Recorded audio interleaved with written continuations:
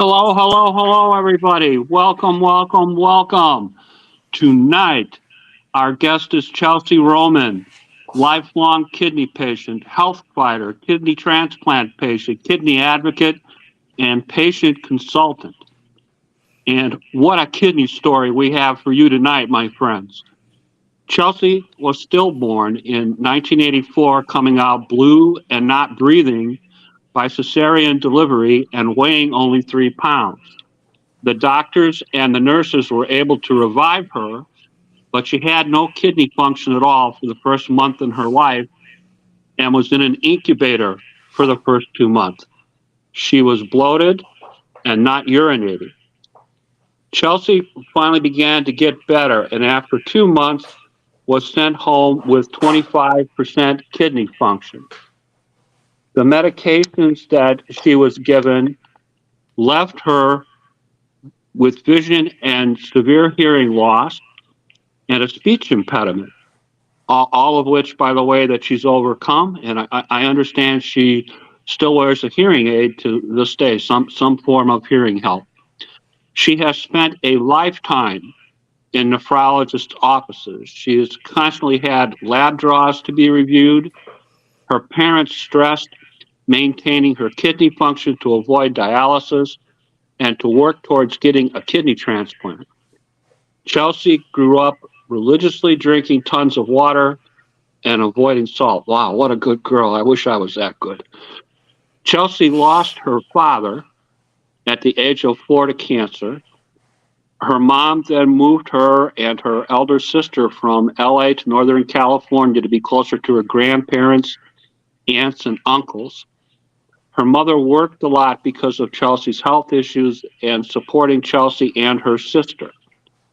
By 2008, her mom was suffering from a lot of pain and was diagnosed with ovarian cancer. She died only 2 days after her diagnosis.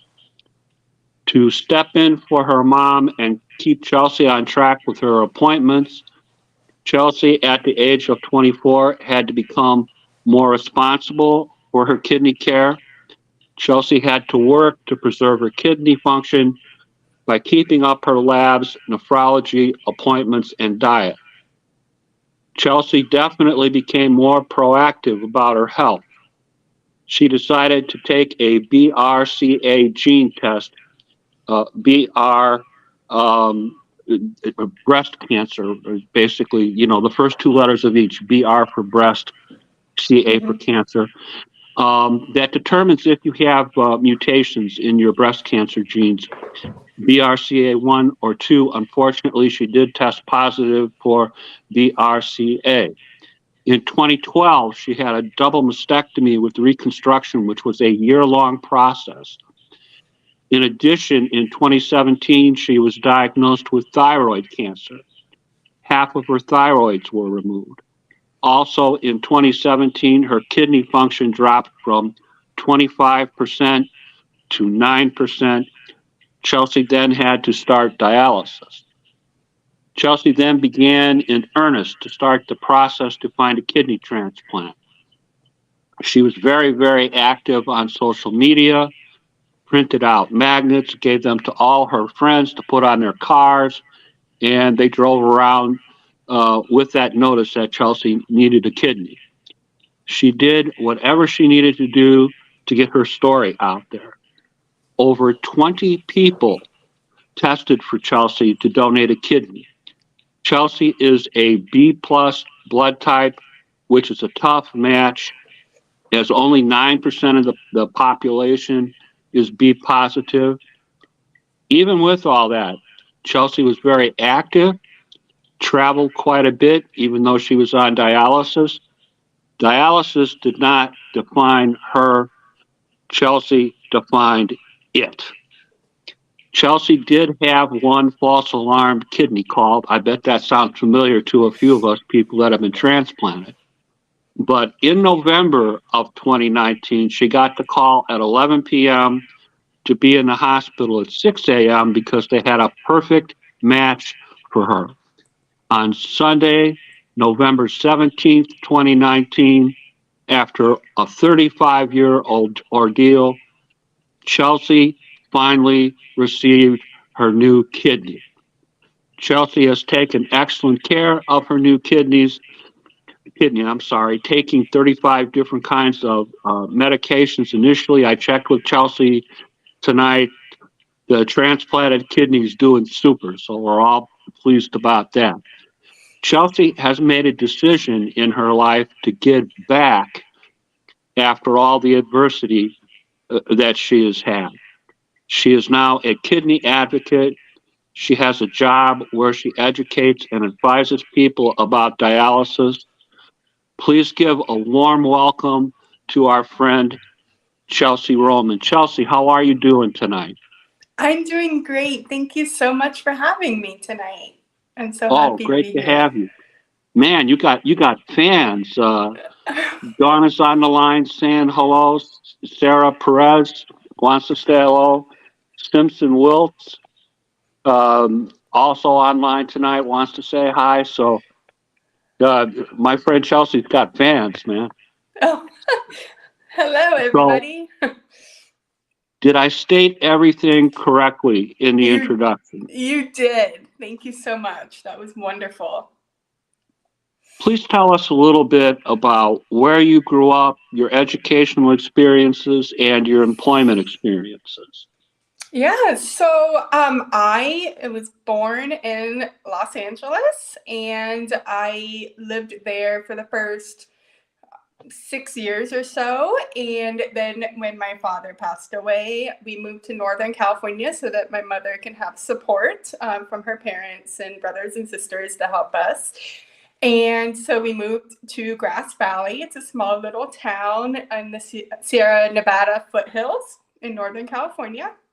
And did all my primary schooling there, finished high school, and then did a little bit of college. So I took some college courses, and I was really interested in the medical field because I've had a lifetime of being in medical doctors, and so I wanted to work in that field and help people.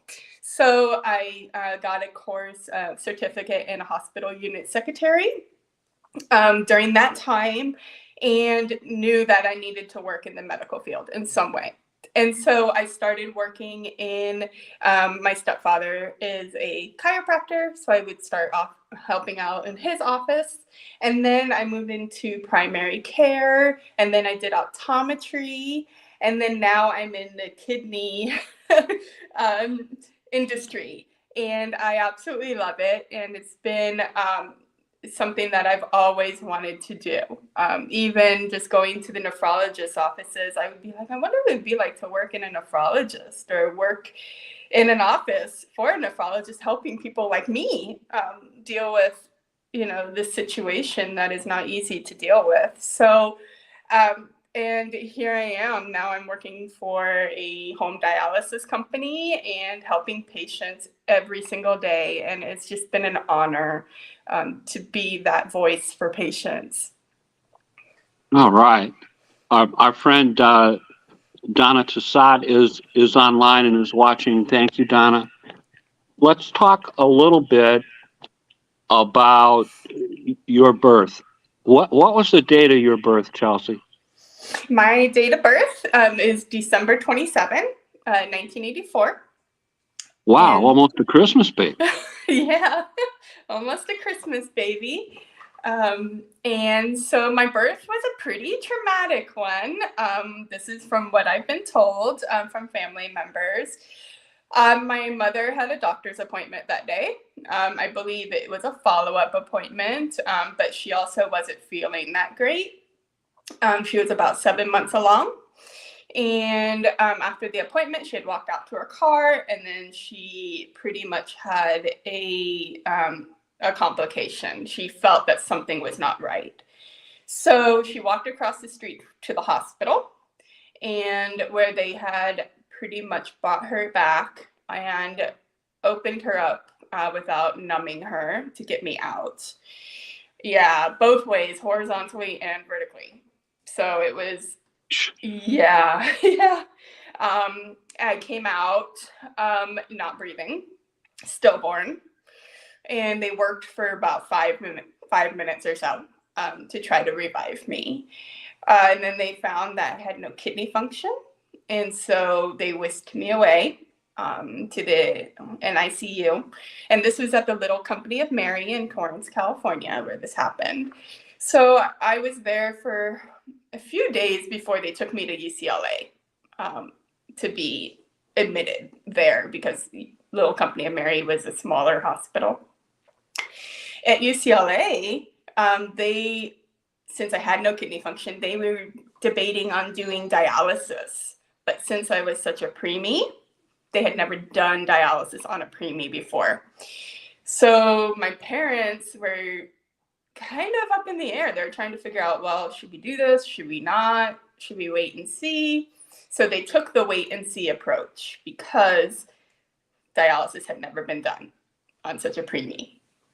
So eventually I started getting a little bit better kidney function slowly. And I ended up with about 25% or so. And that's where I remained. And I never had any more than that growing up. Okay. Your friend Sarah is telling me that you helped her son. I did. Yes. I did. Well, she says thank you. Oh, thank you, Sarah. So I understand the doctors and the nurses were able to revive you, but you had no kidney function the first month of your life. You were in an incubator for 2 months. About when did you start to feel better?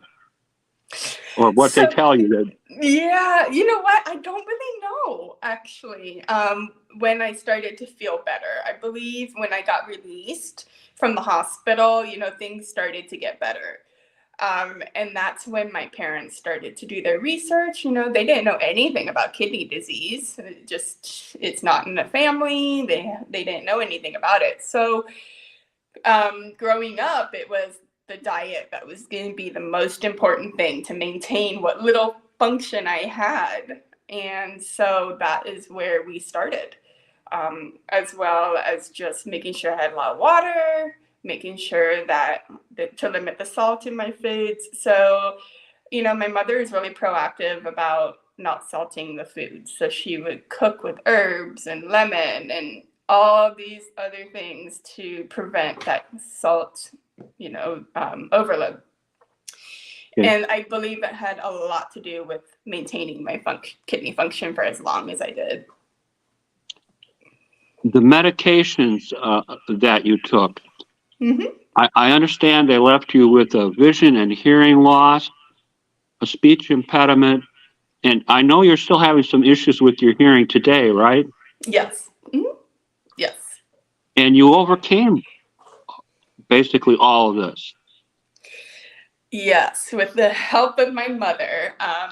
I was in speech therapy as a kid because they knew the severity of my hearing loss, and that was something that I would do in school, go for like a half hour with a speech therapist, sitting in the office and learning certain sounds, how to pronounce sounds, because what I hear is much different than the average person.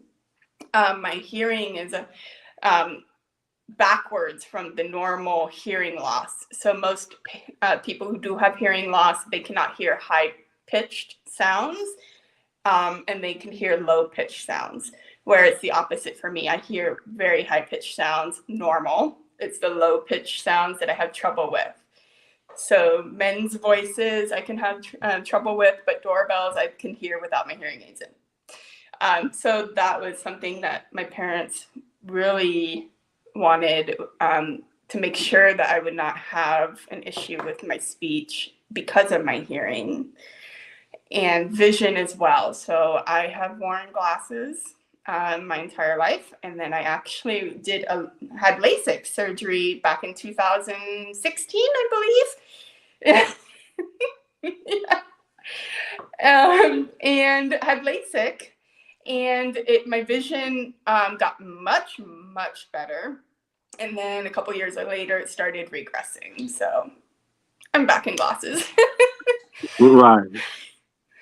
Okay. I understand, particularly in your early years, You spent a lot of time in nephrologist's office, obtaining treatment, reviewing labs. Your parents were big on emphasis of maintaining your kidney function to avoid dialysis and working toward a transplant. Can you talk to us a little bit about that? Yeah. So when I was pretty young, I would say probably 8, 9 years old, I was told that, my kidney function was not great, that I would need a transplant, multiple transplants in my lifetime, possibly dialysis. And to prepare for that, at that age, I was like, whatever, it's fine. I feel fine. I don't need any of that. Because as a kidney patient, it's a silent disease. You don't necessarily feel the symptoms until it's in the late stages. So I was feeling great. And I do specifically remember the first time that I knew that something was wrong. And I was probably 3 years old and ended up in the doctor's and remembering being in a sterile room on a metal table. And I remember the severe pain that I had, probably from a UTI, from what I can remember, that burning sensation. And just that moment sticks with me in my mind that I definitely had something going on. I was too young at that time to know, but that's a memory that was the point where I knew that's something. I wasn't normal. There was something going on. Okay. You've had a little bit of tragedy in your life. Excuse me. You lost your father to cancer at the age of 4. Is that correct? That is correct. Yes. Yes. And then your mom moved you from LA to Northern California so you could be closer to your relatives. They could help kind of look after you a little bit. Mm-hmm. That's correct. Yes. And your mother worked very hard to support you and your sister. You have an elder sister, right? Younger sister. Younger sister. Yes. That's what I know. What is your sister's name, first name? Her name is Hallie. Hallie. Okay. Yep. All right. And by 2008, your mother was diagnosed with ovarian cancer. She had a lot of abdominal type pain, and she passed away only 2 days after her diagnosis. Yes. Yes. Wow. She was very good at helping you with your appointments and helping you with care. And then at the age of 24, you had to become more responsible for your own appointments and kidney care. Can you tell us a little bit about what that was like? Yes. So I relied on my mother a lot. She pretty much knew what was going on with my kidneys, and she was that voice to the doctor. I pretty much sat there, didn't really know what was going on. I just was, I let her take the reins. When she passed away, not only did I have to grow up really fast, like overnight, but I also had to learn how to manage my kidney care. And doing that alone, family and friends, they understood, but they don't truly understand unless you actually experience it. And it's a lot to manage. It's not just labs, but it's the doctors, it's the diet, it's being hydrated, it's so many things. And I had to get through that.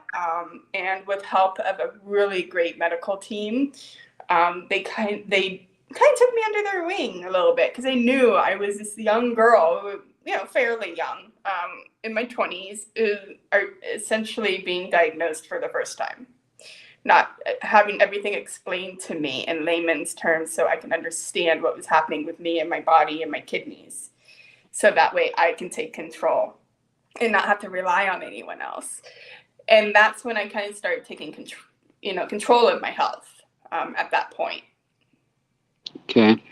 One of the things you did when you took control, and this is a guess on my part, but since both of your parents had some form of cancer, Hmm. you decided to have a cancer test yourself, BRCA, breast cancer test. It's a gene test to identify through your blood the DNA analysis to see if there are mutations in either of your two breasts for cancer susceptibility. Can you tell us a little bit about that? Yes. So after my mom had passed away, I had seen a geneticist because I was curious about the BRCA testing, which my mother never had done. So I don't know if she would have been positive or not. Another reason why I had decided to have it done is because my father's father, so my grandfather, he developed breast cancer at a very young age. So it's odd that a man, well, not odd, but it's rare that a man would get breast cancer, especially back in the day. So with all that information, I decided to have the BRCA test done. And as soon as I got those results back, I tested positive, and I immediately knew that I wanted them removed. As well as my ovaries, I've had those removed too. I had those done in 2014, 15 maybe. And so to prevent getting cancer, because I did not want cancer while waiting for a kidney transplant, and it hurt my chances, and I did not want to get cancer while being transplanted even. So I wanted to lessen the risk as much as possible. So I underwent a double mastectomy. And Okay, and that, Mhm. I'm sorry, that was in Oh, 2012. yes, 2012. Okay, 2012 double mastectomy. We mentioned that you were diagnosed with thyroid cancer, Yeah. and your thyroids, in part, were removed in 2017, Yes. and your uh, ovaries in 2018. yes. You are one tough girl. Wow. Um, Yes. I understand that by 2017, your kidney function dropped from 25% to 9%, causing you to begin dialysis. Can you tell us a little bit about that? Yes. So I had started really feeling symptoms, such as like the metallic taste in my mouth, nausea, just overall fatigue. And so I had actually talked to my nephrologist um, quite a while before that, probably around 2014, when she actually told me about home dialysis. I did not know about home dialysis. All I knew was that my mother kept telling me, you do not want to go to a clinic. Don't go into a clinic, preserve that kidney function. So that's what I had in my mind, ingrained in my brain, to stay away from that clinic. So I, in 2017, I'm sorry, 2014, my nephrologist had told me about home dialysis. And I said, that is absolutely what I'm going to do. She actually did not tell me about peritoneal dialysis. She told me about home hemodialysis, which was interesting because most practitioners will talk about peritoneal dialysis first for patients. And she said, but you're going to need a fistula to do that. And I said, okay, put the fistula in. I'm ready. In 2014, before I even needed dialysis, I wanted it to be there, prepared, ready to go. So in 2017, I had my fistula ready. It was perfect. So I was able to start dialysis, and I started right on the transitional care unit, and here in Sacramento, which is where I received a full in-depth of education of what my options were for dialysis or not having dialysis and what would happen. And during that time, I went over PD options, HHD options, in-center options, not doing dialysis. And I decided to do home hemodialysis. So I never went into a center for dialysis. I just started training right on home dialysis. And after 6 weeks of training, I was home doing my treatments on my own as a solo patient. Okay. The one thing I have noticed about you, and such a pleasant personality and such a bright outlook that you have, when you make up your mind that you're going to do something, you pretty much do it. You're pretty dedicated to it. Talk to us a little bit about starting the steps and what steps you took to find a kidney transplant. Mm-hmm. Yeah. So I began my kidney transplant journey in 2014, where I was listed, and because my kidney function was about 20%. So once it hit about 20%, that's when I went through the process and did the testing and was active on the list. So I was active on the list for about 5 years before I started dialysis. And so doing that, in the meantime, in 2016, I was active at UC Davis. And then in 2016, I decided to do transplant evaluation up at the University of Washington, because I have family up there. So I went through the evaluation process up there, and also at UCLA. And so the UCLA one did not pan out. That one was a little far. And so I was listed in Seattle and in Sacramento. And so during that time, I had created my Facebook page. I had stickers made, magnets made, and started just getting the word out. And I also figured, there's no use in me not sharing my story, because I can help people by sharing my story. And that's what I want to do. And so, that's when I started just putting everything out there. And in turn, not only was I sharing my story, I was learning also about what options there are for patients like myself. Okay. Our friend Jonathan Traylor is telling me that he's sharing our broadcast now as we speak. Thanks, John. I appreciate it. Chelsea appreciates it. Thank you, Jonathan. So, and when you're talking about magnets, I want people to understand you had car magnets made that your friends put on their cars and were driving around Northern California. Yeah. Correct?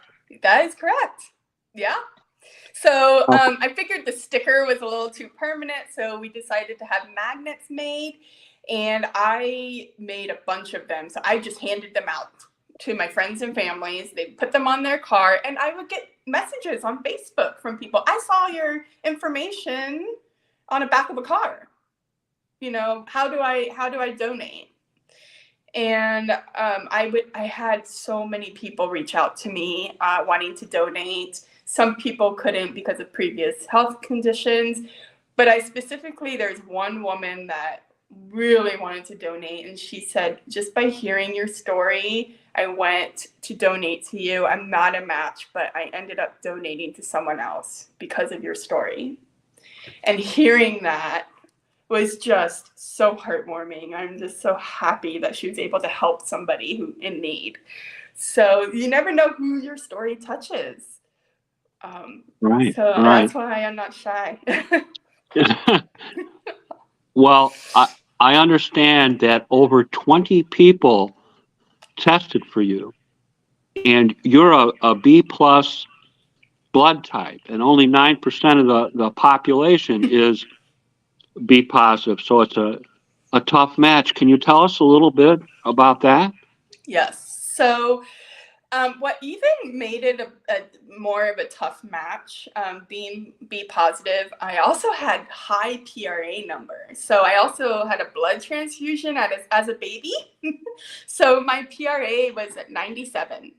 So that also made things a little more tricky, and made the wait a little bit longer. So, definitely when I received that call, and it was I didn't want to believe it until I was on the operating table that it was actually happening. But I had to remain positive through all of this because, when you remain positive, the positivity comes back around. And that's, I'm a true believer of that.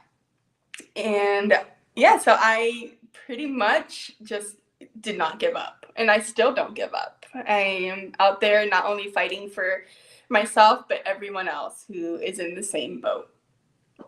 I want to remind our audience that if you go to my Facebook page and you see the original announcement about Chelsea's broadcast, which is pinned to the top of my page so you can't miss it, in the comments, I put my research in the comments about everything I could find about Chelsea because I wanted to learn about her so much.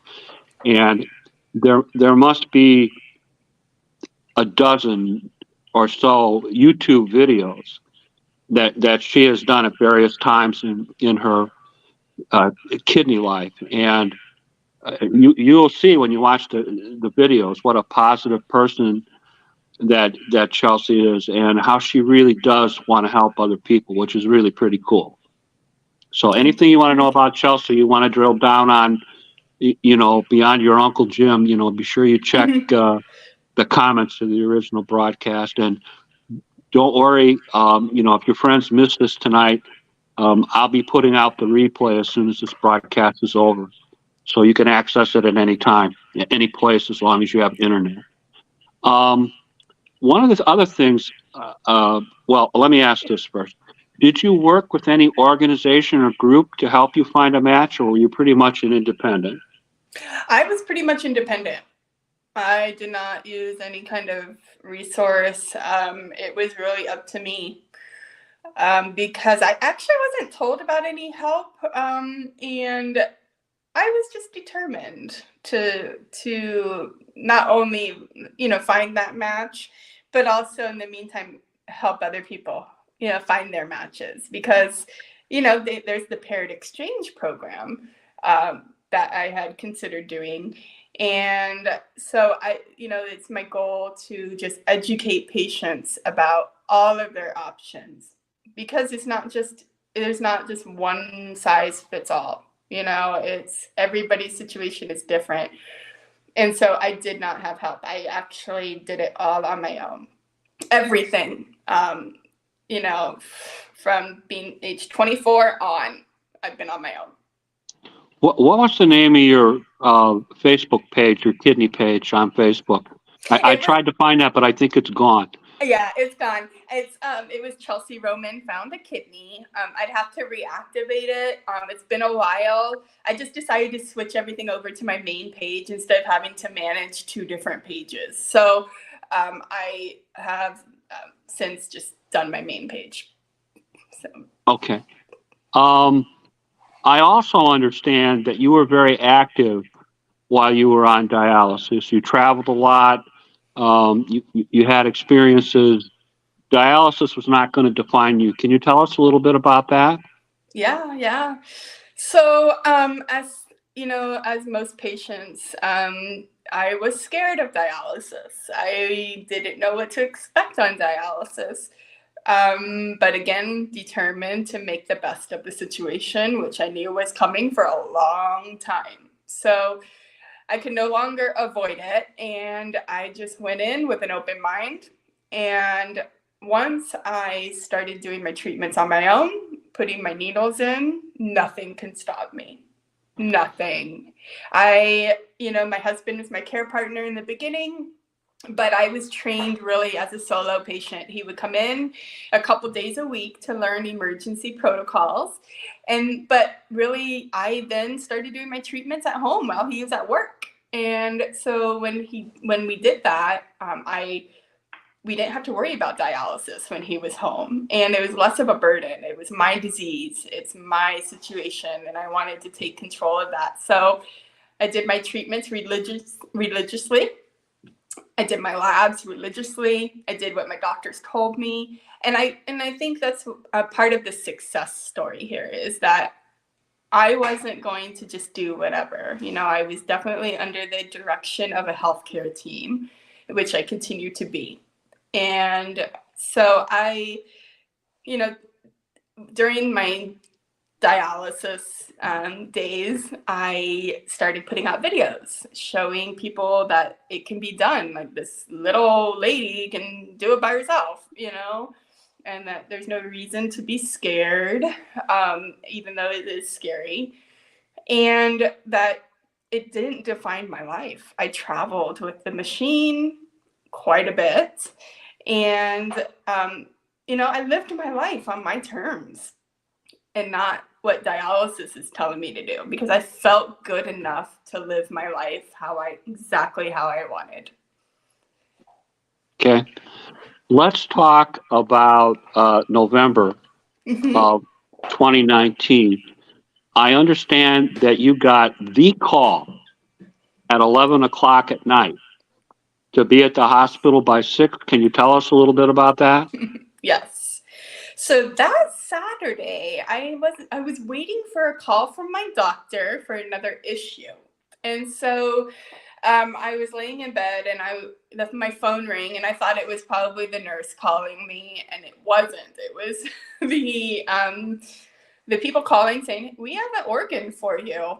Do you want to take it?" And it's like, yeah, absolutely. I mean, I've been waiting this long. I'm not going to risk not.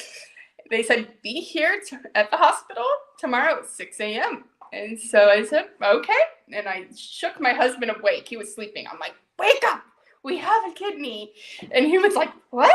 And I said, we got to be there tomorrow morning at 6 a.m. So sure enough, got to the hospital and did not believe it until it actually happened. But I mean, everybody was so nice. And like the staff at the hospital said, kidney transplants are some of my favorite operations to do, because you just get to see the joy in the patient after receiving such a wonderful gift. So I got the transplant and did really well. Doing really well to date, by the way, correct? Yeah. So my GFR right now is it doesn't sound very high, but it's only at 45%, which is the most I've ever had in my entire life. So, like, to me, that's amazing, coming from 25% or less. 45% to me is like 100%, because that's how good I feel. And I really did not know how bad I felt until all of this, came to a head, and I had to start dialysis and then get my transplant. And because I was doing home dialysis and I was treating more frequently, I felt good enough and I was well enough to receive that transplant. So I never really felt like a dialysis patient, ever. Wow. And what was your last kidney anniversary? How many years now? It's going to be 4 in November. Excellent. And you've mentioned your husband a couple of times. What is your husband's first name? Mark. All right. Yes. Way to go, Mark. All right. I want folks to know Chelsea is also an innovator and an inventor. You won an award with Kidney X back in 2020. Can you tell us about your innovation, your invention? Yeah.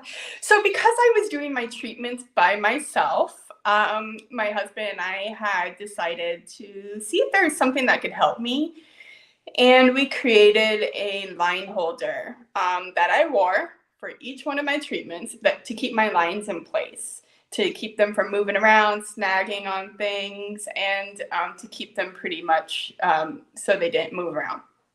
And somebody had posted on social media about this Kidney X innovation, and I said, well, what if I, just for the heck of it, submitted this thing? I'm not expecting much. I really did not expect anything to come from it. And then when I found out that we had won, I was blown away. blown away. Like, didn't think in a million years that it was something that, but it did. It helped me in each and every one of my treatments. So I really believe in it. And then from there, we just kind of, after that, I got my transplant, so it didn't need to be used anymore. But I get people all the time asking, where can I get one? Where can I get one?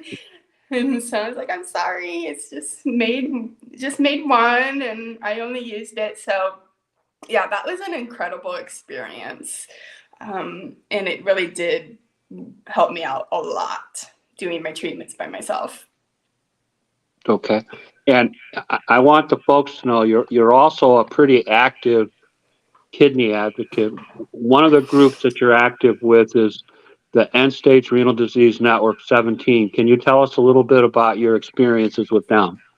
Yes. So I am actually a new advocate for the End-Stage Renal Disease Network 17. And that is as recent as of the last couple months. And with this organization, I am advocating for just the voice of patients, to be heard. We work with CMS and Medicare, and just to make sure that the patients have a platform that they cannot, when they, like a voice. And not only do we help at the local level, we help in the national level to make sure that we get patients, with the proper care. And so I belong in these affinity groups through the End-Stage Renal Disease Network, one being the Nursing Home and Home Dialysis Affinity Group, where we work together, share our stories, and come up with ideas and share and help patients. And then the other affinity group I belong to is health equity, because there's not enough of that in the country. And we want to spread the awareness that this really is a disease that takes a lot of time. And it's not something that ever goes away. Even when you're transplanted, as you know, there's always something that happens, always. And so there needs to be that continuation of education, the continuation of the discussion with the people in, say, Washington, D.C., or at the local level, because patients need it. It's not just, here's dialysis or here's your transplant. A lot of it comes into play, such as mental health, physical health. And so that's what I do. I'm part of that group, and I enjoy it a lot. It's been very rewarding. Talk to us. I'm sorry. Oh, Talk to us about your experiences as an AAKP ambassador. Yes. So with AAKP ambassadorship, I started that a couple years ago, I believe in 2021. And with that group, I do surveys, I do roundtable talks, and I, again, educate. And it's not just patients, but it's healthcare providers. It's the people who are involved in kidney care. Like I said, the education never stops. And so the more that people know about kidney disease, the better everyone will be. And it's like, most people don't know about it unless they know somebody who has it or they have it themselves. It's not really a well-known, thing such as like cancer, where everybody, knows about cancer. Kidney disease, like I said, is forever, and it always changes throughout, the trajectory. So right now I'm transplanted, but in 10 years, my health situation may change. It's always going to be changing. So I have to be prepared for that.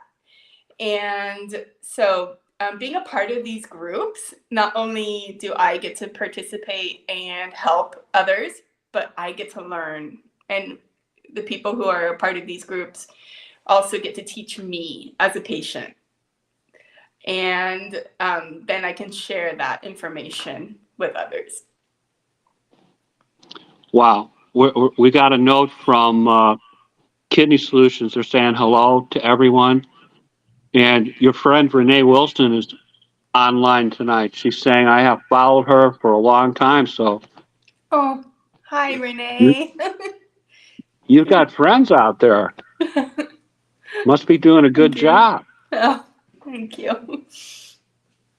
I understand that you work as a patient consultant at Next Stage Medical through Fresenius Medical Care. Can you tell us a little bit about what you do for that group? Yeah. So, with Next Stage, I actually started out as a patient advocate. My nephrologist had come to me back in 2017, right when I was starting my dialysis journey, and said, "Hey, do you want to advocate? Do you want to become an advocate?" And I was like, "Sure, I, wouldn't mind it." So, he had got me in touch with the advocacy group through Next Stage. And I started off doing advocacy, so doing lobby days, talking with patients in the lobby of their clinic, asking them if they're interested in home dialysis, sharing my story, sharing my success with doing home dialysis. And then a position opened up for a patient consultant, which I didn't know about until I was called and they had asked me if I wanted this position. And I said, yeah, sure, I'll try it out. I didn't know what to expect. And it's been 3 years being in this position, and it is one of the best organizations I could ever experience working with. So what I do with Next Stage is I speak with patients on a daily basis of patients who are interested in home dialysis, answer any questions they may have, and give them a peer-to-peer, patient-to-patient experience. And then I can refer them to home training centers. So I have access to, if a patient's very interested, calling a home training program and saying, hey, this patient wants to do home dialysis. Can you get them a call and get this consultation started? So we refer patients to home dialysis programs. And as of I've done quite a few patients who have called me after they've gotten onto home dialysis and said, thank you so much for literally changing my life. I was in a clinic and now I'm doing my treatments at home, and thank you for, helping me with this process. And, home dialysis is a passion of mine, and it's something that I will continue to advocate for forever because I really, truly believe in it. Well, you mentioned the work that you do for Next Stage. Our friend Simpson is making a point that being together physically is to talk is so much of an improvement, and of course your work with Next Stage is. It sounds like a lot of it's face to face. Am I right? No, it's all phone based. It's all Oh, all phone. right. Yeah. So Bad Uncle Tim. yeah, so I work from home. I'm very thankful to do that, but I work with the entire West Coast, up to the Midwest, where I help patients. So yeah, it's been so rewarding, and I love it. Love it. Our friend Kent Bressler's checking in, and he's saying hello, Chelsea. Hi, Ken. And our good friend Don Smith Bates is mentioning that not only do you work with patients, but you also work with care partners, people that take care of other people. I do. I do. Yeah. So care partners are a big part of, the population that I speak with. People calling on behalf of their loved ones, inquiring about home dialysis, wanting to know what to expect on home dialysis, and making sure that they can get to the right people. And that is my job. And so with the care partners, I belong to a care partner group that we meet on Facebook every 2 weeks. And it's a group of wonderful women who I cannot imagine not having them in my life. They are all care partners for their husbands. And I was, because of Dawn Bates, she invited me to this wonderful group, not because I'm a care partner, but because I'm a patient. So, and we meet, and we've been meeting for oh God, 3 or 4 years now, every 2 weeks. And these women are amazing, amazing. And the stories are incredible. And we just have a great time. We laugh, we cry, we share our lives, and it's important to have that connection. And I look forward to that every couple weeks. Excellent. Okay, Chelsea, we're in the home stretch here. Do you have any final statements you would like to make to our audience before we conclude our discussion tonight? I would just like to thank you so much for having me tonight and letting me share my story. And if anybody has any questions afterwards, they can feel free to reach out to me on Facebook, LinkedIn. I think I'm Instagram. And, I'd be happy to help in any way that I can. I have connections to, if you're interested in home dialysis, or any questions that you may have. So, please, give me a call or send me a message, because that's what I'm here for. And I don't imagine ever stopping my advocacy ever. Well, that makes two of us, my friend. Donna's already saying this was a great broadcast tonight. Thanks, Donna. We appreciate that. Oh, thank you. Thank you. And Don Bates, I'll read it verbatim. Love you, Chelsea. Thank you, Jim, for everything you do. You are both amazing. Thank you, Don. Oh, Don. Oh, thank you. Thank you. All right, so that is our broadcast for tonight. Chelsea, I'm going to let you go. I want you to know how much I appreciate your hard work and what a terrific attitude you have. And thank you for coming in tonight to raise awareness and to educate us. And I can't tell you how much I appreciate that. Oh, thank you. Thank you. Donna's saying that she just sent you a friend request. And Suzanne Willen says hello. Oh, hello. You have fans out there, my friend. Oh, thank you. All right. I'm going to let you go then, Chelsea. I've got a little bit to do to sign off, and then we'll end the broadcast. So you have a good night, and again. Thank you. Oh, thank you so much. What a great testimony to your talent and your stick-to-itiveness. Oh, thank you. It was great Thank to be you so here. much, my friend. Bye-bye. Bye-bye now. All right, that's our broadcast for tonight. Wonderful, wonderful broadcast. Chelsea, wow, what a wonderful job. And just very, very pleased. And as you know, if you have a friend or somebody that missed the broadcast, I'll be putting the instant replay out shortly after this broadcast. So you can watch tomorrow, you can watch Sunday, you can watch any time that you want. So, at any rate, you guys have a good evening, and I will talk to you soon.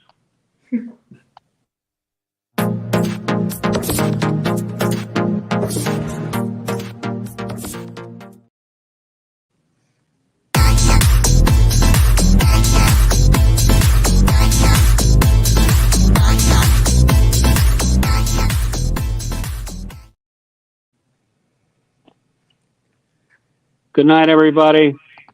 Good night.